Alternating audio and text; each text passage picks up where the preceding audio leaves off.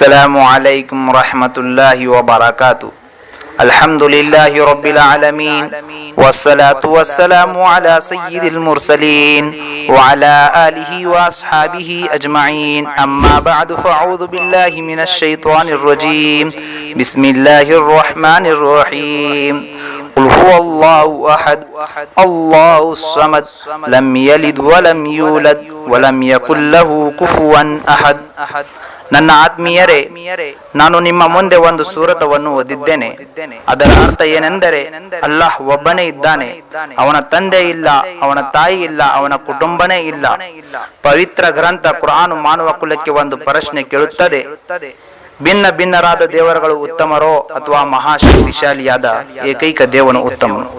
ಬ್ರಾಹ್ಮಣಿಗೆ ಒಬ್ಬ ದೇವನಿದ್ದರೆ ಜೈನನಿಗೆ ಇನ್ನೊಬ್ಬ ದೇವನು, ಬುದ್ಧನಿಗೆ ಒಬ್ಬ ದೇವನಿದ್ದರೆ ಕ್ರಿಶ್ಚನಿಗೆ ಇನ್ನೊಬ್ಬ ದೇವನು, ಮುಸ್ಲಿಮಿನಿಗೆ ಒಬ್ಬ ದೇವನಿದ್ದರೆ ಹಿಂದೂಗೆ ಇನ್ನೊಬ್ಬ ದೇವನು. ಎವ್ರಿಥಿಂಗ್ ಗಾಡ್ ಎಂಬ ಸಿದ್ಧಾಂತ ಅಡಿಯದಲ್ಲಿ ನಾವು 3,300 ಕೋಟಿ ದೇವರುಗಳ ಭಕ್ತರಾಗಿದ್ದೇವೆ. ಹಾಗಾದರೆ ಶಾಂತಿ ಲಭಿಸಬೇಕೆಂದರೆ ಅದು ಹೇಗೆ ಸಾಧ್ಯ? ನಾನು ಮೊದಲಿಗೆ ಒಂದು ಸೂರತವನ್ನು ಓದಿದ್ದೆ. ಅದರಲ್ಲಿ 10 ಸಿದ್ಧಾಂತಗಳು ಕಂಡು ಬರುತ್ತವೆ. ಮತ್ತು ಭೂಮಿ ಎಂಬ ಈ ಗ್ರಹದಲ್ಲಿ 100 ದೇವರೆಂದು ಘೋಷಿಸಿದರೆ, ಅಥವಾ ನಾವು ಅವರಲ್ಲಿ ದೇವರೆಂಬ ನಂಬಿಕೆ ಇಟ್ಟರೆ, ಅಥವಾ ಪವಾಡಗಳ ರೂಪದಲ್ಲಿ ಜನರಿಗೆ ತಾವು ದೇವರೆಂದು ತೋರಿಸಿಕೊಟ್ಟರೆ ಅವರನ್ನು 10 ಸಿದ್ಧಾಂತ ಅಲ್ಲಿ ಪರಿಶೀಲಿಸಬಹುದು. ದೇವನು ಕಾಣುವನಲ್ಲ, ಕಾಣುವನು ದೇವನಲ್ಲ. ದೇವನು ಹುಟ್ಟುವವನಲ್ಲ, ಹುಟ್ಟುವವನು ದೇವನಲ್ಲ. ದೇವನು ಸಾಯುವನಲ್ಲ, ಸಾಯುವನು ದೇವನಲ್ಲ. ದೇವನು ಮರೆಯುವನಲ್ಲ, ಮರೆಯುವವನು ದೇವನಲ್ಲ. ದೇವನು ತಿನ್ನವನಲ್ಲ, ತಿನ್ನವನು ದೇವನಲ್ಲ. ದೇವನು ಆರಾಧಿಸುವನಲ್ಲ, ಆರಾಧಿಸುವನು ದೇವನಲ್ಲ. ದೇವನಿಗೆ ಮದುವೆ ಇಲ್ಲ, ಮದುವೆ ಇದ್ದವನು ದೇವನಲ್ಲ. ದೇವನಿಗೆ ರೋಗವಿಲ್ಲ, ರೋಗವಿದ್ದವನು ದೇವನಲ್ಲ. ದೇವನಿಗೆ ಸಂತಾನವಿಲ್ಲ, ಸಂತಾನ ಇದ್ದವನು ದೇವನಲ್ಲ. ದೇವನಿಗೆ ನಿದ್ದೆ ಇಲ್ಲ, ನಿದ್ದೆ ಇದ್ದವನು ದೇವನಲ್ಲ.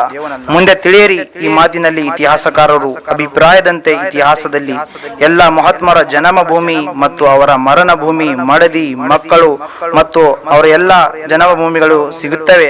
ಆದರೆ ಅಲ್ಲಾಹನ ಜನ್ಮ ಭೂಮಿ ಮತ್ತು ಅವನ ಮರಣ ಭೂಮಿ, ಮಡದಿ ಮಕ್ಕಳು ಸಿಗಲೇ ಇಲ್ಲ.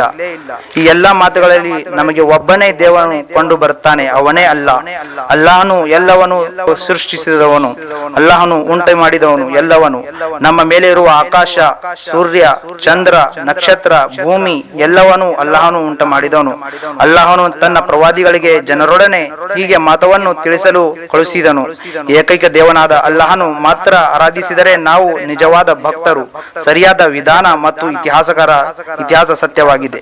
ನಾನು ಅಲ್ಲಾಹನಲ್ಲಿ ಬೇಡಿಕೊಳ್ಳುತ್ತೇನೆ, ನಮ್ಮೆಲ್ಲರಿಗೂ ಸರಿಯಾದ ಹಾದಿಯನ್ನು ತೋರಿಸಲಿ ಎಂದು. ವಾಖಿರ್ ದಅವಾನಾ ಅಲ್ಹಮ್ದುಲಿಲ್ಲಾಹಿ ರಬ್ಬಿಲ್ ಆಲಮೀನ್. ಹೀಗೆ ಮುಂದೆ ಬರುವ ವಿಡಿಯೋಗಳಲ್ಲಿ ತಿಳಿಯಲು ನಮ್ಮ ರಹಬರ್ ಇಸ್ಲಾಂ ಸಬ್ಸ್ಕ್ರೈಬ್ ಮಾಡಿ.